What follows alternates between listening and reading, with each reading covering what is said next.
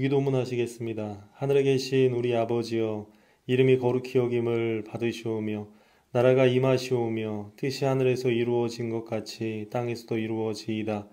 오늘 우리에게 일용할 양식을 주시옵고 우리가 우리에게 죄 지은 자를 사하여 준 것 같이 우리 죄를 사하여 주시옵고 우리를 시험에 들게 하지 마시옵고 다만 악에서 구하시옵소서.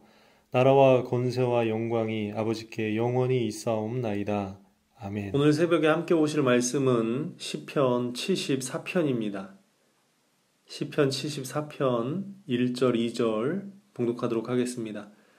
하나님이여, 주께서 어찌하여 우리를 영원히 버리시나이까? 어찌하여 주께서 기르시는 양을 향하여 진노의 연기를 뿜으시나이까?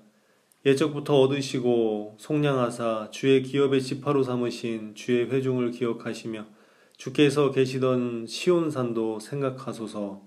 아멘.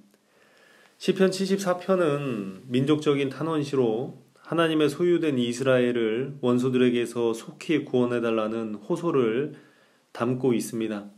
본 시편 1절에 어찌하여라는 말 속에는 도저히 이해되지 않는 현실 속에서 갈등하는 시인의 심정을 표현하고 있습니다. 이해되지 않는 현실과 그럼에도 살아가야 하는 현재 속에서 진행 중인 갈등과 고민은 인생의 연약함이 아닌가라는 생각을 갖게 합니다. 버림받은 것은 아닌가, 잊혀진 것은 아닌가라는 의구심 속에서도 시인은 계속적으로 하나님을 부르고 있습니다. 이해되지 않는 상황 속에서도 시인은 하나님을 떠나지 못하는 이유가 무엇일까 생각해 봅니다. 시인은 이렇게 고백을 합니다. 2절 주의 기업의 지파로 삼으신 주의 회중. 12절 하나님은 예로부터 나의 왕이시라, 이스라엘은 하나님의 것이라고 이야기를 하고 있습니다. 어디 가도 하나님의 것이라는 확고한 믿음이 있습니다. 낙인처럼 찍힌 하나님을 향한 인식은 절대로 지워지지 않는 믿음의 흔적입니다. 때문에 하나님을 포기할 수 없는 것입니다. 이해되지 않는 현실과 불어닥치는 어려움 속에서도 결코 하나님이 없이는 안 된다는 것입니다. 나아가 하나님이 아니면 이해되지 않는 일들이 해결될 수 없음을 인식하고 있습니다. 나의 힘으로 해결할 수 없는 문제를 해결해 줄 능력이 있는 그러한 분을 찾아야 합니다. 내 힘으로 안 되는 일을 애쓰고 고민한다고 해결되지 않습니다. 시인은 이스라엘의 어려움을 해결할 수 있는 유일한 분이 하나님임을 믿어 의심치 않습니다. 13절 주의 능력으로 바다를 나누시고 15절 주께서 바위를 쪼개어 큰 물을 내시며 늘 흐르는 강들을 마르게 하셨나이다. 16절 낮도 주의 것이요 밤도 주의 것이라. 17절 주께서 땅의 경계를 정하시며 주께서 여름과 겨울을 만드셨나이다. 모든 능력이 하나님께 있습니다. 그분의 말 한마디에 모든 것들이 시작되며 또한 모든 것들이 온전케 됨을 시인은 알고 있습니다. 그래서 하나님을 떠날 수 없습니다. 이해되지 않는 지금의 상황도 하나님이 일하시면 온전케 됨을 알고 있기 때문이죠. 그래서 하나님께 호소하는 시인의 모습을 볼 수가 있습니다. 시인은 세 가지 방법으로 하나님께 호소하고 있습니다. 17절을 말씀해 보면 여호와여 이것을 기억하소서. 시인은 원수의 악행을 고발하며 이 일들을 기억해 달라고 하나님께 호소하고 있습니다. 내가 하나님의 사람으로 살면서 원수들에게 당하는 일들을 기억해 달라는 것이죠. 그럼에도 불구하고 하나님의 사람을 포기하지 않았음을, 악한 자들과 같이 악을 행하지 않았음을 기억해 달라는 것입니다. 동일한 악함을 갖고 하나님께 호소한다면 아무런 의미가 없습니다.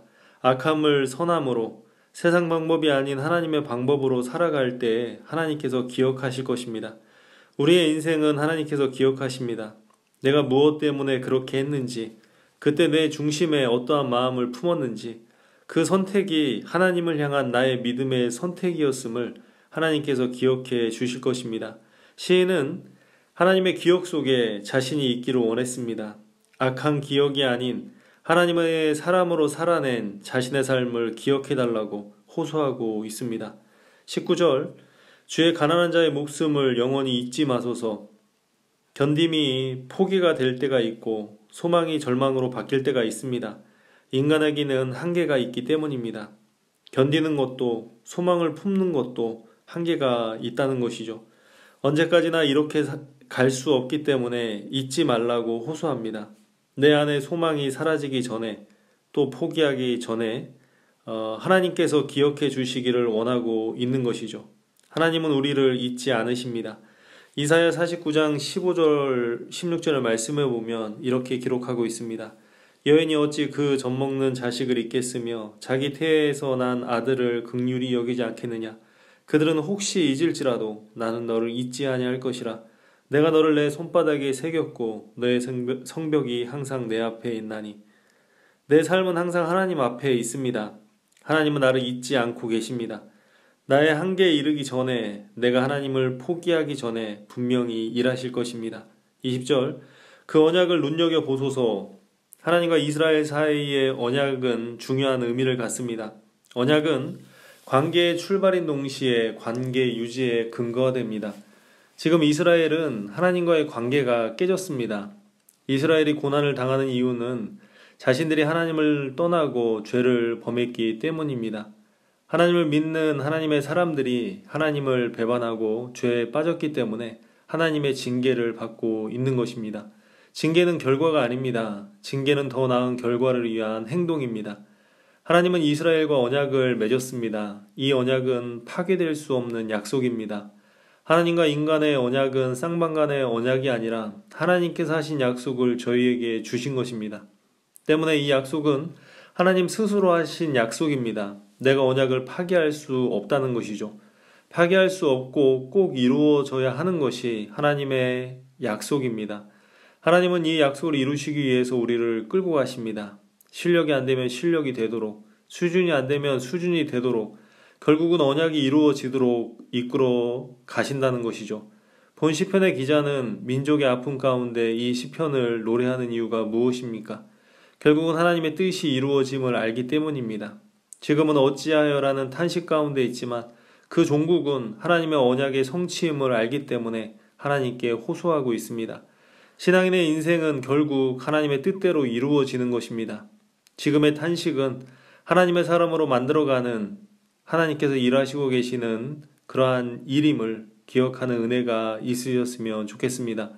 이날 새벽도 어찌하여라는 탄식이 우리의 입술에 터져 나올 수 있습니다.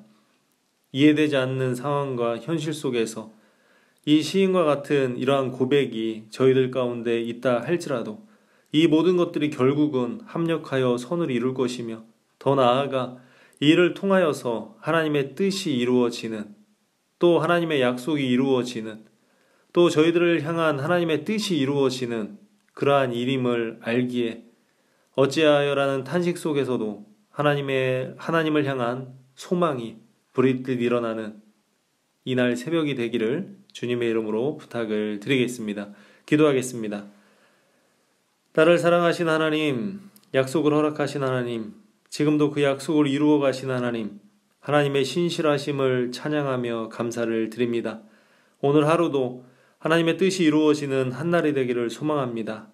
의심치 않고 실족치 않는 은혜를 허락하여 주시옵소서. 오늘 하루를 감사드리며 예수 그리스도의 이름으로 기도드립니다. 아멘.